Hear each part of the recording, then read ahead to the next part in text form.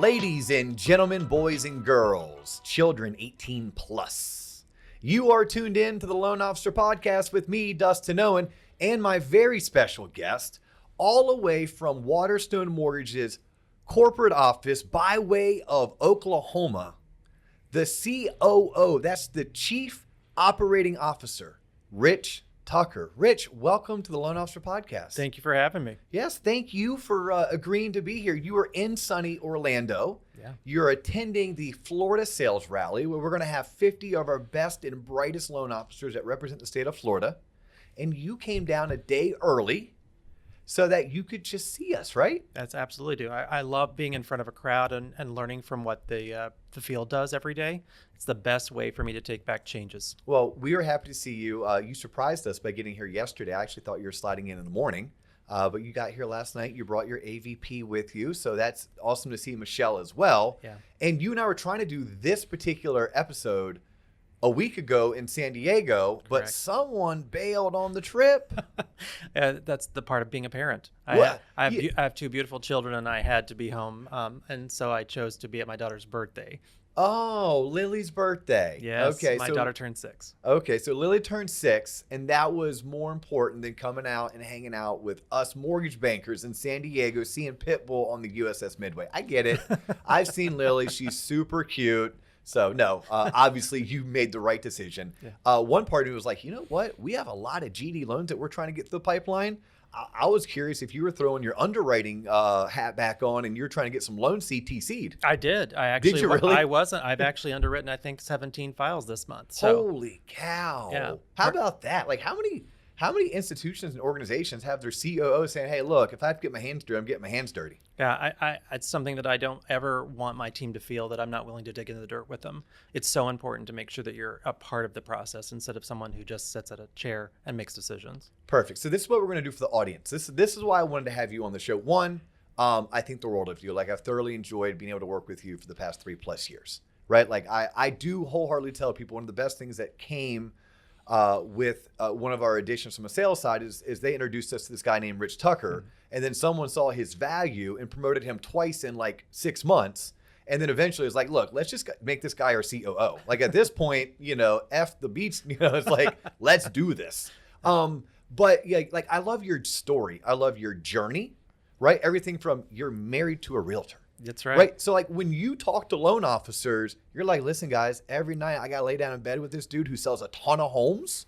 And I know what you go through because I go through it at home. Yeah, I have no safe space. You started in the industry as a loan officer. I did. I was a project manager for an internet firm, rolled over and asked to be a loan originator.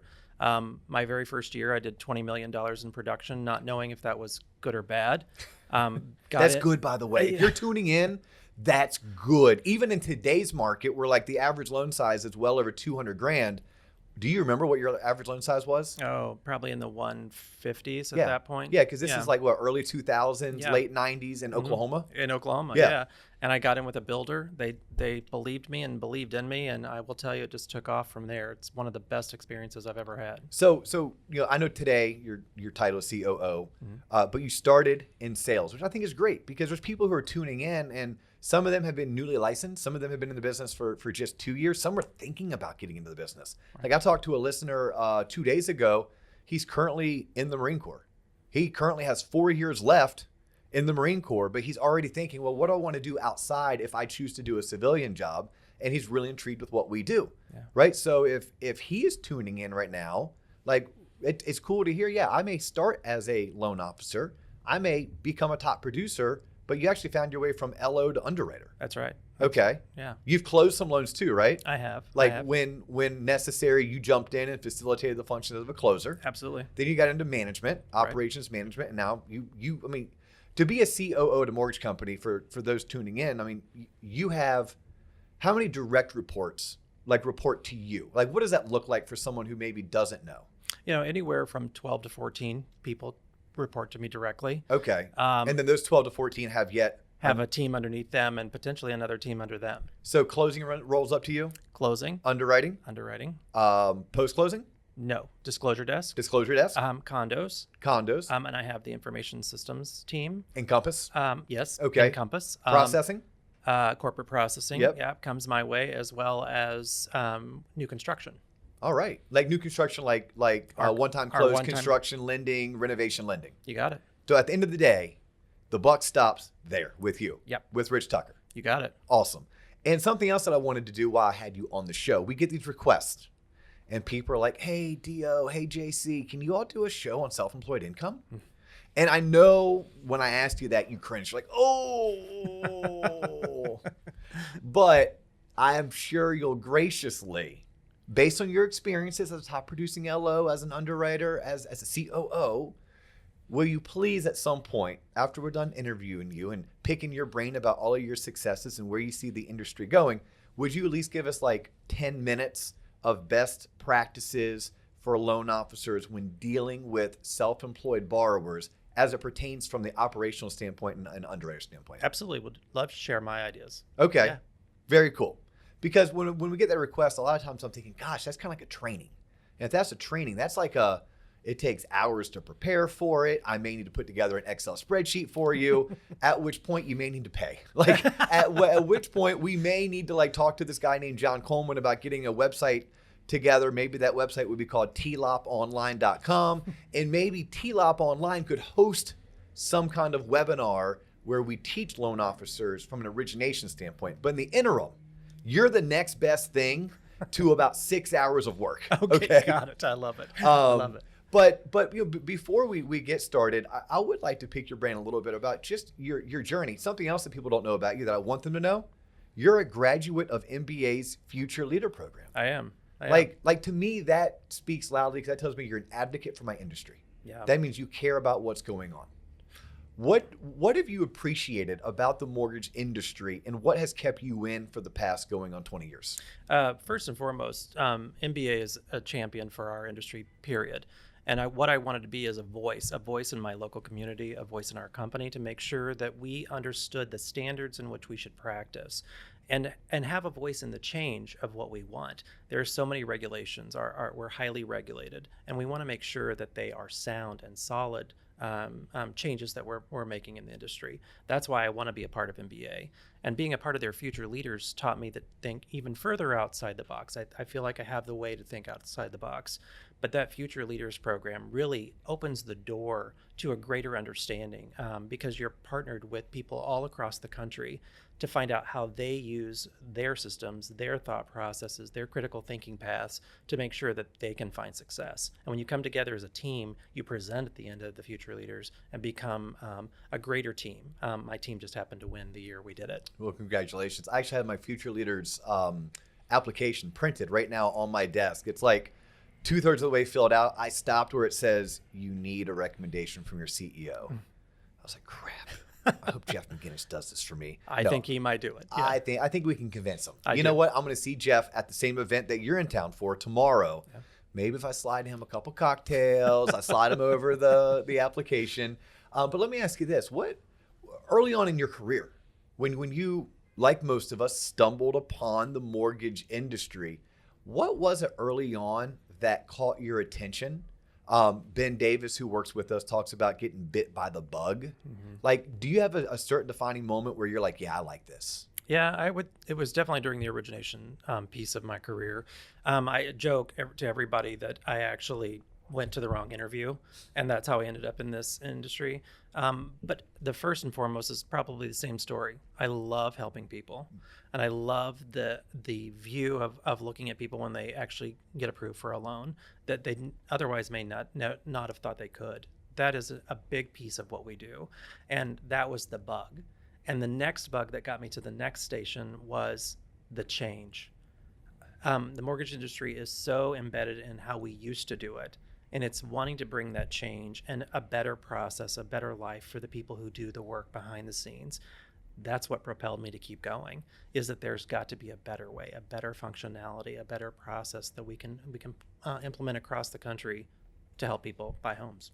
You know, it's funny you mentioned the word change. And I had two early thoughts when especially said the change. First, shout out to my late great-grandmother who used to call the change menopause.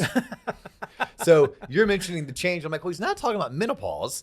But then when you mention the change, and you may have swiped and adapted this, but the fans, the TLOPers who tune into most of our episodes have heard me give you credit. When I speak of Rich Tucker, so I'm talking about nothing changes. If nothing changes. If nothing changes. That is on your office. Like you walk into your office, that is a big sign. That's right. And I love that because that is how I was introduced to you 3 years ago. But you're like, no, that's what got me excited about this industry. That's right. Right? Is that it was evolving, that it is changing, and you can be a part of that change, hopefully for the better. That's right. Going back, I'm gonna stay on your early career for just a second or two. In your early career, can you remember like the things that kept you up at night, or can you recall the things that gave you anxiety? And if so, because there's people who right now are early on in their careers, and we had Aixa on, who is a podcast listener and ended up coming to work with us at Waterstone, and she talks about, oh my gosh, like my brain hurts going home, and oh my gosh, I thought I knew all of this because I took Xanax or I obtained my NMLS license, but she's like, I just feel like I had this like pent up like emotions that I can't let out. What were yours? And then what would you tell someone who is entering the industry right now? Like, how do I calm that? My first one is the fear of failure. I didn't want to fail myself. I took a chance becoming, a full commissioned individual. And that was something new to me. I'd never played that role. The fear of talking to a realtor. Because you don't know what they're going to ask, and you think you have to know all of that. It's really about a relationship and building that relationship and being transparent and honest. I would tell you that's the first thing you have to tell realtors. They don't want to hear the bullshit. They want to hear the truth. Yes. If it can be done, you can get it done. If not, then just tell them so they want to fast know, and so they can move on to another project. The second thing is underwriting. I was scared to death of underwriting. I think I knew how to calculate income. I knew how to put together a good file, but just praying that it would come out with less conditions. And that kept me up at night, especially when you had a complex borrower, these huge tax returns that we're going to talk about later. That was something that worried me. I would stay up night after night going over them to make sure I didn't miss something. Who trained you? Like, how did you learn your guidelines? How did you learn how to calculate income? I had a phenomenal training process. Are you ready for this? I read the Fannie Mae Selling Guide. Whoa, novel concept.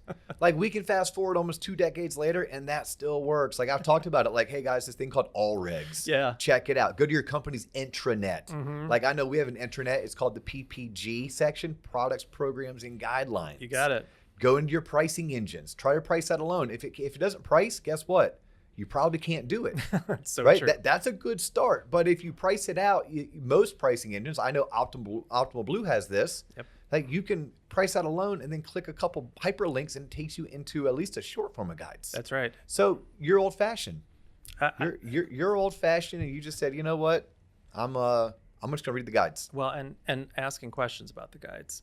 There's so many things that, especially as a new loan originator, you don't understand. You don't understand the language or the why. Mm-hmm. Understanding the why is the big thing. And everybody learns by a failure. Don't be afraid to fail, but make sure that when you're reading the guide that you're questioning what it means to you and your potential consumer. That's the number one thing. I couldn't agree more. I mean, I'm spot on with you on that. So let's do this.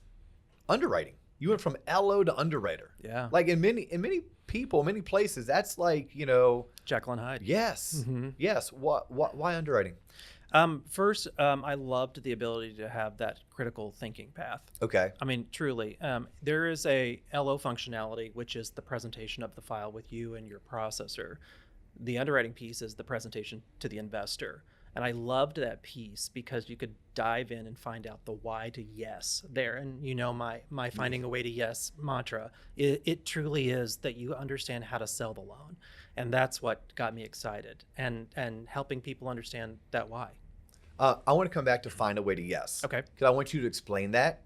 I've swiped it and adapted it from you. I've changed the way that I think because of conversations we had in the past about finding a way to yes. Great. But you were talking about investors, and it just reminded me of a conversation you and I had off camera where you were talking to one of our newer loan officers, and they were like, hey, Rich, when can we do blah, blah, blah, blah? Hey, Rich, when can we do blah, blah, blah, blah? And then you and I were kind of chuckling off camera, and it's like, look, guys, girls, and this goes for any lender, not just Rich Tucker at Waterstone Mortgage, but you work at that mortgage company, this is going to be the same answer.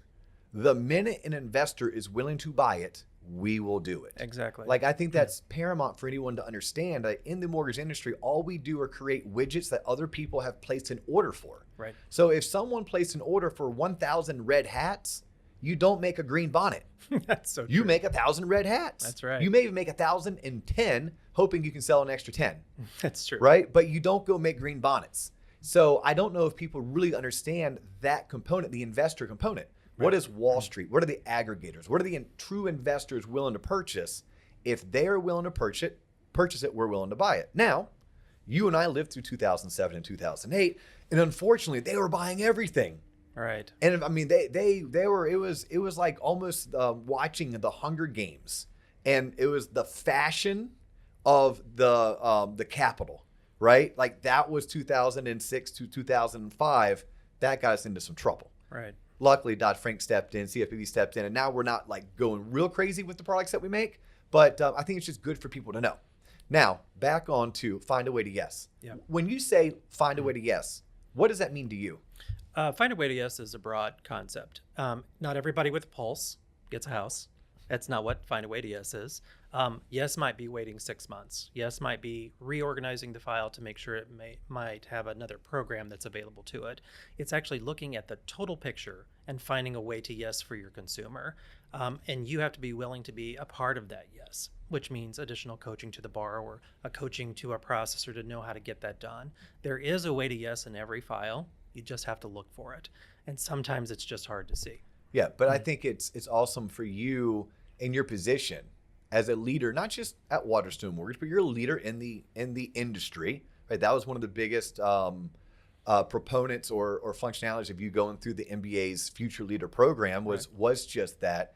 And I'll just commend you. It's great to have someone in your position with that thought process, pushing it down to everyone else. You know, I'll speak of me as a loan officer.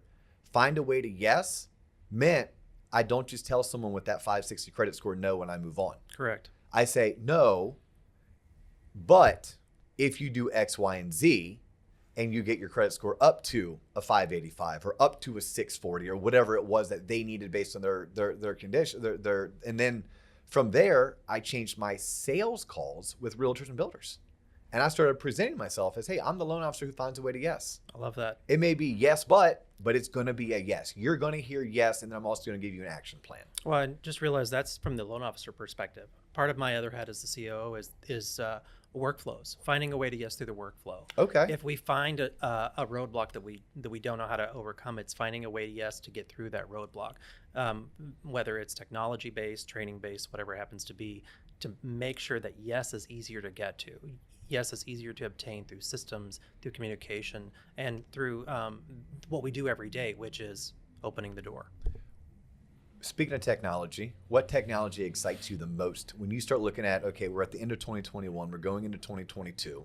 Guys like you and I your kids are young, right? So I'm assuming you're working for at least through 2030. Yeah. I mean, you got college and weddings and everything else to start thinking about. Mm-hmm. Out of curiosity, you were a championship level. I'm gonna do a little Rich Tucker trivia for you. Sure. Like I'm in the presence of a championship caliber roller skater. Yep. Right. You're a performance artistic roller skater growing up. I was. Is that what you call it, roller skater? It's not ice skating. Nope. It's roller.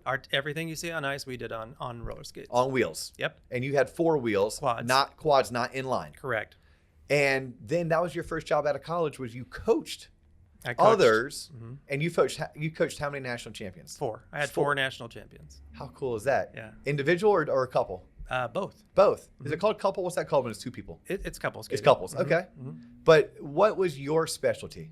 My personal specialty was school figures. I mean, that's really what I love to do. The concentration, the edge, the perception of what you can do on one skate. There's so many things that you can do. So is that just going in a really tight circle a lot Mm-hmm. without getting dizzy? Yeah. I mean, there are things, it's called circle 8 or serpentine, loop, brackets, counters. I mean, it's wonderful. Yeah, I just appreciated, like, you know, if I didn't fall down, or like when it was couple skate and I had that girl I had a crush on, I could slide up next to her and try to hold her hand. And then like she tried to pull away from me and we both fell. Yeah, really embarrassing. That was 6th grade skate night. Are you trying to skate backwards with the 1 foot? And can never turn around. Yeah, skate backwards. What? Yeah, I did that once, not on purpose though. Yeah. Here's a skating term for it: shoot the duck. Okay. Yeah, it's where you put your leg out and bend down, and it's always in front of you. Yeah. See, I bet you could do that. I know that wasn't your forte, but like I used to love the guys. Usually there's like 2 or 3 really cool dudes that they'd play the good music, like Jamponi would come on and you'd see them, the lights are going. It's, yeah. Yeah. Total rabbit hole here, guys and girls. I so apologize. Total rabbit hole. So sorry to the listeners. Yes. Where were we? We were talking about find a way to yes. Technology is what I was asking about. Yeah. What is some technology? Because I know tech is, I mean, besides coaching national champion roller skaters, your first real job, like corporate job, was a project manager. Was a project manager for a tech company, Right. which is how you became an LO. Right. And I, because I know you personally, I know that you're on the forefront of technology and you really want to embrace technology as it pertains to the future of the industry. And we've done many episodes about like, hey, will robots take your job? And for some people, yeah, maybe. For others, nope, it'll just make your job different. But on for you, what technology excites you? There's so many out there that excite me anymore. I mean, RPA, robotic process automation. Everyone talks about the efficiency, and it's really about how we utilize RPA to become a part of our program so that we can get things done more efficiently.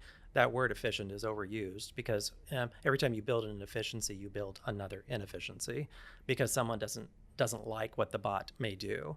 So that's one of the things that keeps me up at night in terms of how I can get us to that true digital mortgage experience. Okay. That's really what it is. Also, blockchain, that's just, it's a big thing for everybody. Anything that deals with putting things in the system where we can do it ourselves and not have to have a human intervention, that excites me.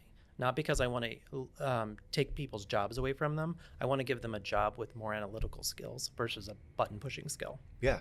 That's a great answer. Yeah. Great answer. Woo. Family Feud. Great answer.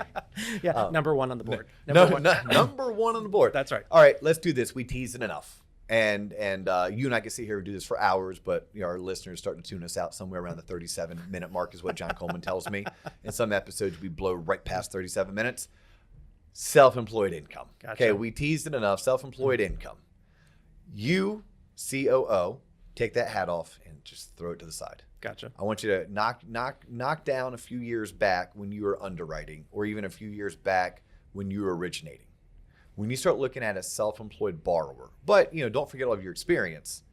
What are some tips, tricks, and tactics that you can pass along to the viewers or the listeners? By the way, viewing if you're on YouTube, listening if you're on Spotify, Apple Play,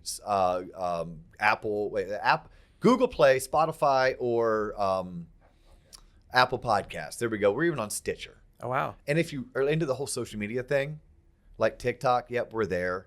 Facebook, we're there. LinkedIn, yep, we actually have our own LinkedIn page. Like I'm Dustin, own a LinkedIn, but we have a LinkedIn page, and we're on Instagram. Everything is at the Loan Officer Podcast. I love it. Yeah, that's for anyone who's made it this far. And while I'm at it, look, like us, share us, comment. We love your comments on YouTube. We try to reply to as many as possible. Subscribe if you're on YouTube. Thumbs up, share, all that good stuff. Absolutely. All right, business out of the way. Business for a hobby. This is a hobby. Yeah. Yeah, a hobby is something that costs you money, but you do it because it's a hell of a lot of fun. That's right. Yeah. So it helps drive the passion. Yep. So this is my hobby, and I would like people to help me participate in it, and they can only do so if they continue to tune in and tell their friends to tune in. Sure. All right. On that note, where would you like to start trying to help our listeners better understand how to work with a borrower who is self-employed? Well, the first tip is not a hard one. When you're looking at someone that's self-employed, the first thing you have to do is actually get the tax return and get the complete return. We in underwriting are not going to look at it if there are pages missing. So it's something simple, but it's needed, and you have to understand what you're looking at. Second easy tip is what AUS system are you running it through?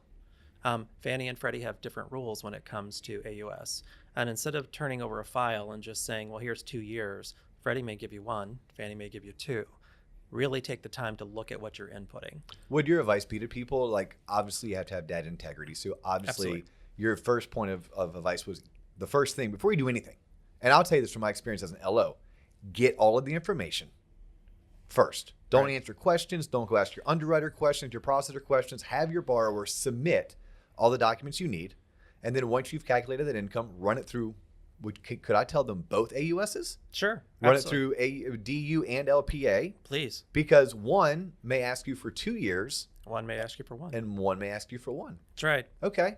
But before I could input it into AUS, I needed to make sure I have data integrity, which means I need to make sure that I have the right income. Right.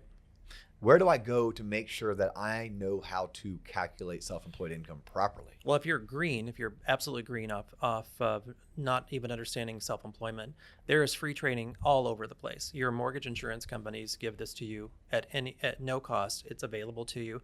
I urge you to take it and retake it and then take it again and then take it again, because it will start to click in what you're doing. So by mortgage insurance companies, you mean MGIC, Arch, Essent, Yep, they have. Enact, which used to be called Genworth, Correct. Radian. I think I named them all nationwide. No, nationwide. Is Nations. Nations. Yes. Mm. Yep. Yeah, national. National. I'm sorry. Oh my God. Yeah, sorry. Milan is going to absolutely he's going to DDT me next time I see him. That's right. Total brain fart on that Yeah. one. Shout out to my friends over at National MI.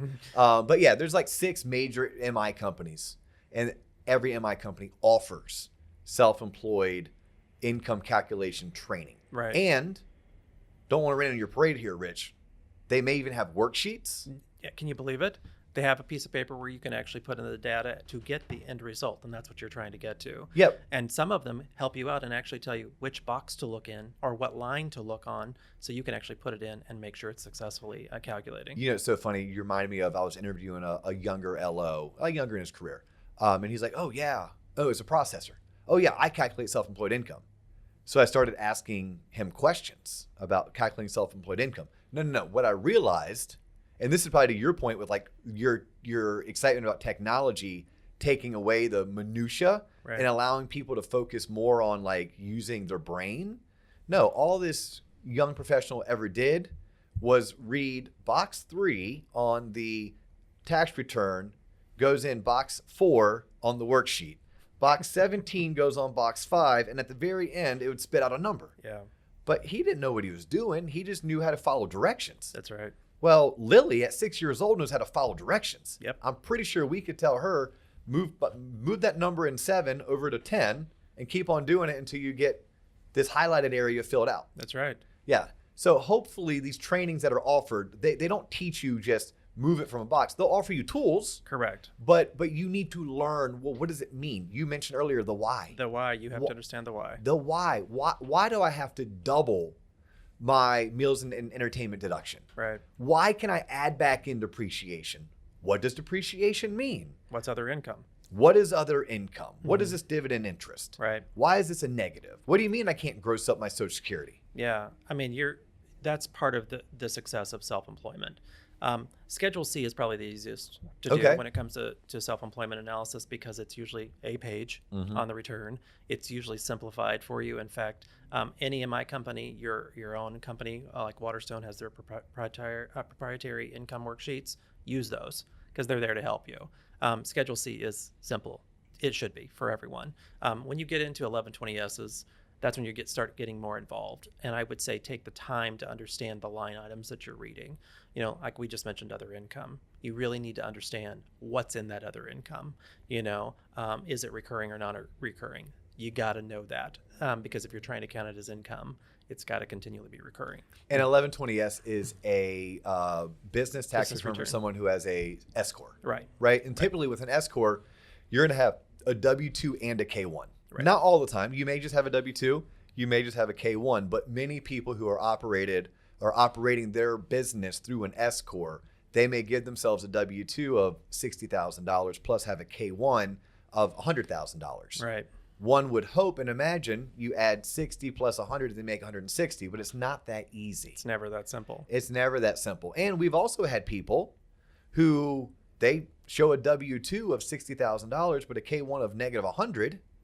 And it's like, no, homegirl, you don't qualify. But I W-2 $60,000. It's like, no, you W-2 yourself 60, but you still show a loss of 100. So you're like way losing money. That's right. On paper. Again, that's the why. Okay. What industry are they in? What's causing it? How can we add back things? What are you looking for to add back? And as a loan originator, it's your job to ask that question. How to get to yes from a consumer that's self-employed is to understand what they do. Year-to-date P&Ls. It's a huge thing that we have to have in today's. So a P&L is a profit and loss statement. Absolutely, Yep. a profit and loss. And what we're looking for is where are they at year-to-date? How much money what's their gross sales? What's their expenses? Does it make sense? Is it the same as it was last year? If not, why? It's digging into those questions. If there's W-2 income in there, let me see where it is in the expense. If it's an audited P&L or an audited profit and loss, you're doing much better than someone who just hand wrote one. Yeah. So I'm going to dumb it down a little bit. Okay. Take it back to the basics. So essentially, newer people or people who just don't deal with income calculations or people who don't necessarily deal with a lot of self-employed borrowers. When we're dealing with someone like a teacher and an engineer, well, we get W-2s and we get most recent pay stub and it's easy peasy mac and cheesy. Sure. But when we're in October, almost November, and we're trying to underwrite someone who's owned their business for the past 5 years, just looking at what they earned in 2019 and 2020 isn't good enough. But they don't necessarily have a pay stub. And if they do have a pay stub, it's not indicative the way it is for a teacher or an engineer. So we have to, as lenders, we have to get a profit and loss statement. Right. That basically just shows us how much money are they bringing in, what are their expenses, and what is their net. Absolutely. And you as an underwriter, you're looking at their current expenses and comparing it to, well, what were their expenses in 2019? You're looking at their current income. What was their and by income, I mean gross revenue, not necessarily the money they're making. Sure. Well, how does that compare? And then from there, you're having to make a credit decision while following the various guidelines that are allowed when it comes to calculating self-employed income. Absolutely. Okay. Yeah. And as a newbie, for me to learn this, besides, I'm going to tell you, as a loan officer, you just got to do it. You just got to do it. You got to lock yourself in that office one night. You got to have tears rolling down your eyes. You got to have your shirt untucked. Yep. Right? Your spouse may have called you and you may have chewed them out when all they were trying to do is say, "Hey, are you coming home for dinner?" That's right. And you just lost your shit on them. Like, you just have to go through that, not once, not twice, but probably 5 or 10 times. And I promise you'll get better. But to get to that point, you need to take some classes. So let me tell you one caveat that I had when I was a young LO. I had a self-employed borrower come through the door, and I tried to act like I knew what I was doing. Okay. I had no clue. Fake it till you make it, That's Rich. right. Yeah, I knew 1040, and that was about it. And then what I did after the client left is I went and asked my processor, have we seen something like this? I didn't ask her to do the work.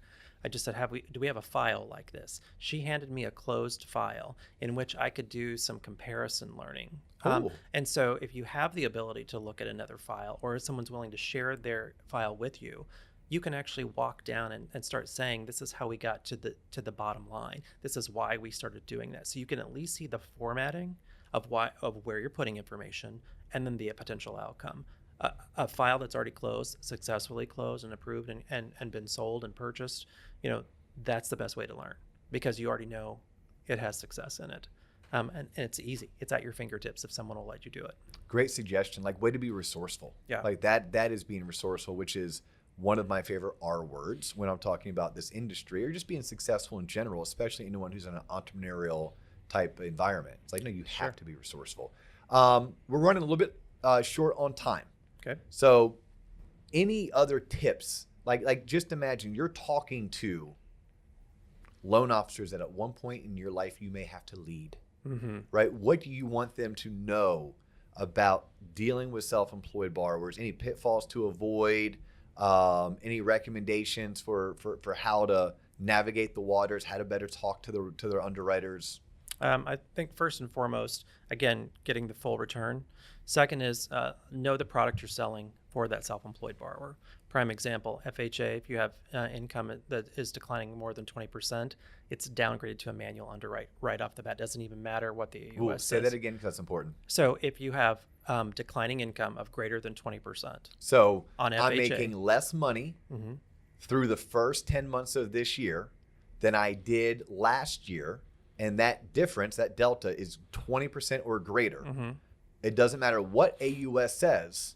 FHA says it's time to downgrade. Okay, Yeah, I need to know that. It's a manual downgrade. Okay. And those are the things you need to be looking out for. And again, trying to explain the industry that the self-employed borrower is in doesn't make logical sense for what they just went through. We just went through a pandemic, affected so many industries across the country. doesn't make sense of where they should be today. Tell the story. That's what I would tell every loan officer. Don't be afraid to tell the story. We need the story to find a way to yes. Yep. Melissa Ferentz, who works under you, for you, with us. Yeah, alongside. There we right. go. Yep. We're she's in that little sidecar. We're heading to Sturgis. You're on the bike. She's in the sidecar, and I'm on the back. Woo! Can you imagine that? It'd be crazy. What a crazy! You're going to get me up to Sturgis. It'll be great. Melissa's DJing. She has that EDC music That's going. so true. That's so true. But something that she has always taught us and has shared with our loan officers. And by the way, I had her on like a year ago. It's a really good episode. Yeah. And because how many times you get to sit down with an underwriter and pick their brain? But she's like, look, draw me a roadmap. She's like, if you draw me a roadmap, I will stay between the lines that you drew, and you can lead me to the yes. That's right. She's like, but if you don't draw a roadmap, I may go off course 17 times, and you might not like 16 of those off-road excursions that I go on. Right. And you're saying the same thing. Like, tell me the story of your borrower. And tell the story. Not tell versions of the story. Yeah. Underwriters become very skeptical when the story changes. So get the full story and tell the story the first time. Yeah, the first time in full, the right way. The right way. Yeah, not just the one thing that you want the underwriter to see. Yeah. Because that does you no good. By the way, it doesn't. It gives you a false positive or sometimes a false negative. That's right. Like if you don't tell the full story, you may very well bite yourself in the butt because you got to know when really it should have been a yes.